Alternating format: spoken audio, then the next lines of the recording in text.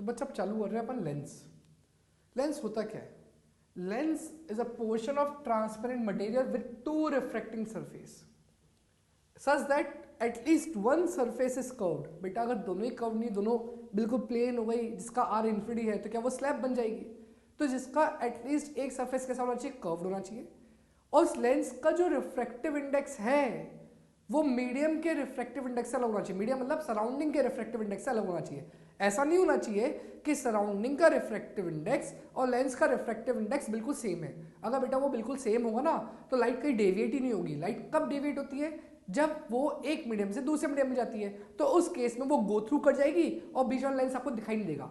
For example मान लेते हैं कि आपके और मेरे बीच में हवा का लेंस है, क्या आपको दिखाई देगा? क्या नहीं दिखाई देगा ना बेटा, क्योंकि वो उसका रिफ्रैक्टिव इंडेक्स और बाहर सराउंडिंग का रिफ्रैक्टिव इंडेक्स कैसा है? सेम है, और लाइट का कोई डेविएशन भी नहीं हुआ। तो अगर आपसे पूछा जाए कि बाहर की सराउंडिंग का मीडियम और अंदर के ऑब्जेक्ट का मीडियम दोनों का रिफ्रैक्टिव इंडेक्स सेम है, तो उस केस में क्या होगा? आपको वो जो ऑब्जेक्ट है वो दिखाई नहीं देगा, बिकॉज लाइट वहां पर रिफ्रैक्ट जो होगी वो बिल्कुल सबका म्यू कैसा है? सेम है, तो वहां पर कोई डेविएशन ही नहीं आएगा। और जो रिफ्रैक्शन टर्म अपन यूज नहीं कर पाएंगे, बिकॉज सब कुछ कैसा है? होमोजीनियस है। अब लेंस के पर अलग अलग टाइप के लेंस हैं, उनके बारे में बात करें, उनके नाम क्या रखे जाते हैं। बेटा अगर ये बात करें इस लेंस की, तो ये लेंस आपने वैसे देखा तो होगा 10th क्लास में, क्या कहते हैं इसको? Convex lens. पर ये इस कॉन्वेक्स लेंस का अगर इस सरफेस का रेडियस ऑफ कर्वेचर और इस वाले सरफेस का रेडियस ऑफ कर्वेचर, दोनों रेडियस ऑफ कर्वेचर अलग अलग हैं, तो इसको बोलते हैं बाइकॉन्वेक्स। क्या बोलेंगे? Biconvex lens. और बेटा एक बात ध्यान रखना, अपन जब भी लेंस की बात करते हैं अपन इस थिकनेस को बहुत नेग्लिजिबल मानते हैं। मतलब अपन जो भी लेंस यहाँ पढ़ेंगे वो सारे शायद थिन लेंस होंगे। कैसे लेंस? थिन लेंस, जिसकी थिकनेस बिल्कुल नेग्लिजिबल है। नेक्स्ट, अगर दोनों के रेडियस ऑफ कर्वेचर इक्वल है तो इसको बोलेंगे इक्वी कॉन्वेक्स। और एक बात ध्यान रखना, ये इक्वी कॉन्वेक्स बाइक कॉन्वेक्स का ही पार्ट है, ऐसा पार्ट जिसके अंदर दोनों रेडियस कैसे हैं? इक्वल है। नेक्स्ट, अगर एक सरफेस का रेडियस इन्फिनिटी, दूसरे का रेडियस कितना? आर, तो क्या जिसका रेडियस इन्फिनिटी होता मतलब वो प्लेन हो गया बेटा, तो इसको कहेंगे प्लेनो कॉन्वेक्स। अच्छा, अब एक बात ध्यान दो, क्या यहां पर जो मैंने नाम लिखा उसमें नाम में सबसे पहले मैंने उसका नाम लिखा जिसका रेडियस ऑफ कर्वेचर बड़ा है। इसका रेडियस कैसा है? इनफाइनाइट है, तो इसका नाम क्या लिखा? प्लेनो। और इस साइड से जब मैंने देखा तो ये प्लेन था, और जब मैं इस साइड से देखूंगा तो क्या ये कॉन्वेक्स है। तो पहले अपन उस साइड से देखेंगे जिसका रेडियस कैसा है? बड़ा है, फिर दूसरी साइड से देखेंगे। जब मैंने दूसरी साइड से देखा तो ये कैसा दिखाई दे रहा है? कॉन्वेक्स, तो क्या नाम दे दिया? Plano convex. सिमिलरली यहां पर क्या दोनों रेडियस अलग अलग और दोनों साइड कॉन्केव स्ट्रक्चर है, तो क्या बोलेंगे? Biconcave. दोनों साइड रेडियस कैसा? इक्वल इक्वल, क्या बोलेंगे? Equiconcave. अच्छा, अब एक साइड का रेडियस कितना? इन्फिनिटी, दूसरी साइड का रेडियस कितना? आर। मैंने क्या बोला? पहले उस साइड से देखेंगे जिस साइड रेडियस कैसा होगा? बड़ा होगा, तो पहले नाम कैसा आ गया? इनफाइनाइट, मतलब प्लेनो। फिर बेटा मैंने इस साइड से देखा तो इस साइड से कैसे दिखाई दे रहा है? केव जैसा दिखाई दे रहा है, तो क्या बोलूंगा? कॉन्केव। अब इन दोनों का नाम बहुत ढंग से समझना। बताओ R1 और R2 में से कौन बड़ा? यहां पर इस वाले लेंस के लिए R1 R2 में से कौन बड़ा? बेटा जो जितना ज्यादा स्ट्रेट वो उतना ही बड़ा होगा। इसका मतलब क्या? यहां पर R1 की वैल्यू R2 से बड़ी दिखाई दे रही है, तो पहले मैं R1 की साइड से देखूंगा। क्या R1 की साइड से वो मुझे एक केव जैसा दिखाई दे रहा है, तो मैं क्या बोलूंगा? कॉन्केवो। अब मैं इस साइड से देखूंगा तो कैसे दिखाई दे रहा है? कॉन्वेक्स, तो क्या लिखूंगा? Concavo convex.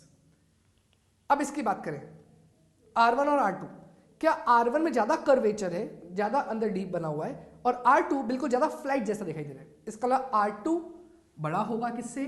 R1 से। अब मैं बेटा R2 की साइड से पहले देखूंगा तो कैसे दिखाई दे रहा है? कॉन्वेक्स।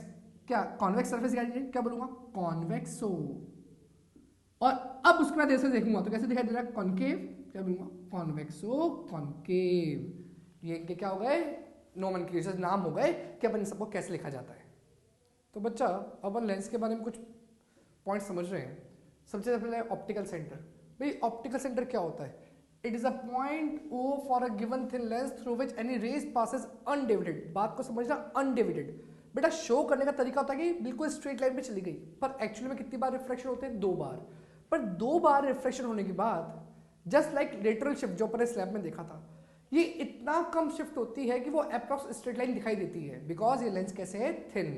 तो ये पॉइंट जिस पर लाइट इंसिडेंट हो ताकि लाइट अनडेविएटेड जाए, उसको क्या कहते हैं, optical centre.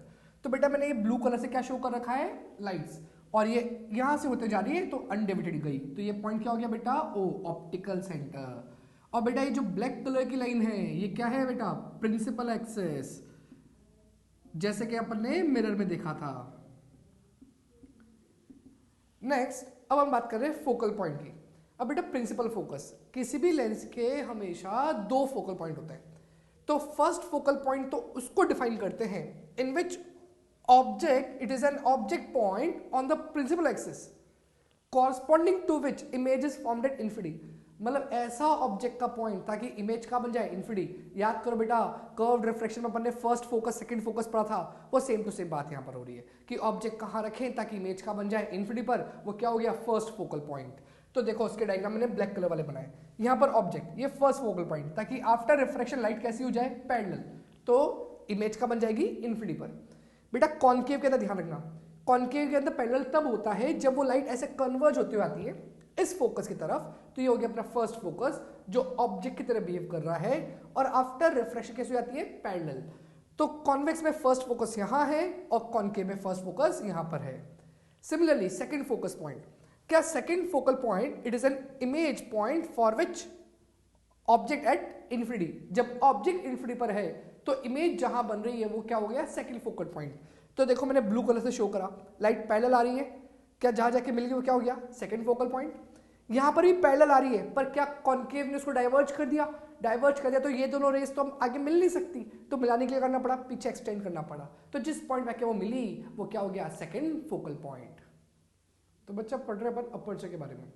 It is the effective diameter of the circular area through which light enters the lens. अब इसका मतलब समझना, अब लेंस को क्या समझते हैं, क्या तुम सोचते हो कि कॉन्वेक्स लेंस ऐसा कुछ दिखता होगा, नहीं बेटा। अब कॉन्वेक्स लेंस के बारे में थोड़ा सा मैं आपको डिटेल डिस्क्रिप्शन दे रहा हूँ। भाई मान लेते हैं कोई भी स्फीयर है, ट्रांसपेरेंट ग्लास का स्फीयर है, उसमें से with the help of some laser अपन ने इतना पार्ट कट कर दिया, तो ये जो बना है क्या बन गया, लेंस बन गया। इस लेंस का अगर अपन फ्रंट व्यू देखें तो फ्रंट व्यू कैसा होगा, तो उसके बारे में अपन डिस्कशन कर रहे हैं। ये बताएं, क्या अपनी आंखों में जो लेंस होता है वो कॉन्वेक्स होता है, बिल्कुल होता है। क्या वो लेंस फ्रंट से आपको ऐसा दिखाई देता है क्या, बिल्कुल नहीं। क्या फ्रंट से तो बिल्कुल गोल दिखाई देता है ना बेटा वो। अगर इस लेंस को अपन साइड से देखा जाए, अपन देख तो नहीं सकते, मान लो किसी प्रकार से कोई लेंस बाहर आ जाए और साइड से देख ले तो साइड से ऐसा दिखेगा।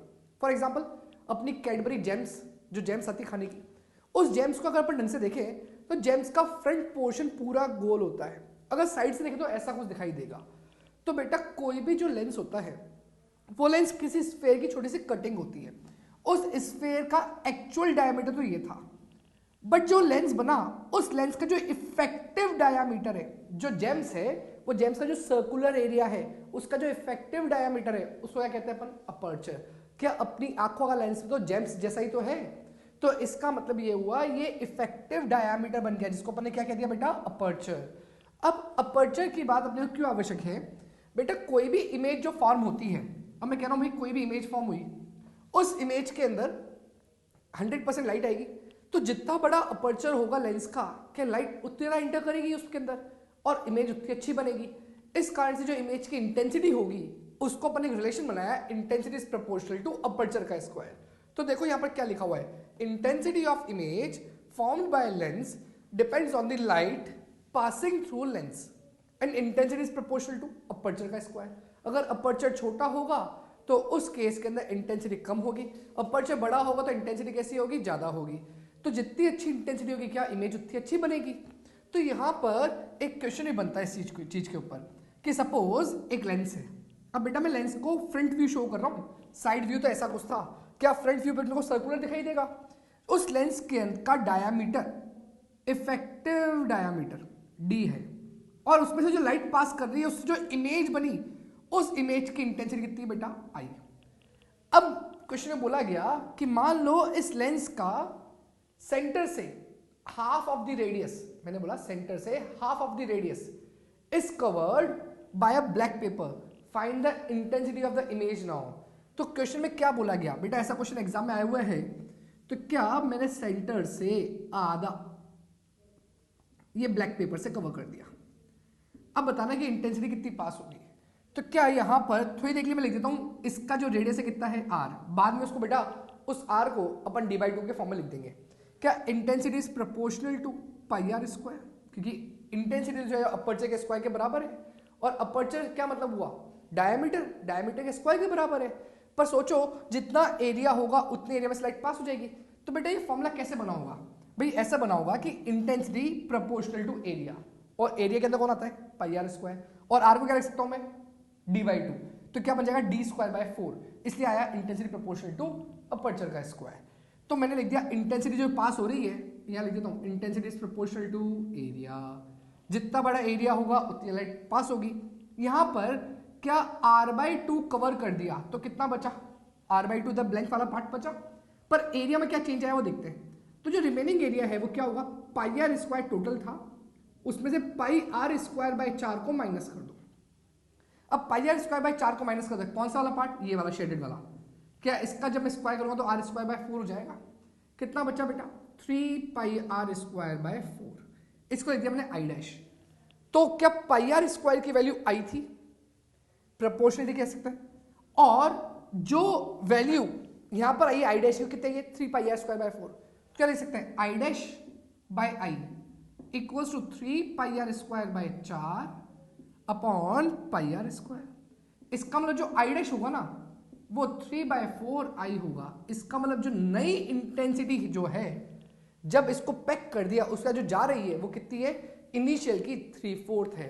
तो ऐसा मत सोचना कि आधा पैक कर दिया तो इंटेंसिटी भी आधा हुई, नहीं बेटा, इंटेंसिटी को आप हमेशा उसके एरिया से देखना, क्योंकि एरिया के अंदर पाई आर स्क्वायर आएगा, आर को डायमीटर के फॉर्म में लिख सकते हो d²/4, इसलिए यहां पर टर्म कहती है इंटेंसिटी प्रोपोर्शनल टू अपर्चर का स्क्वायर।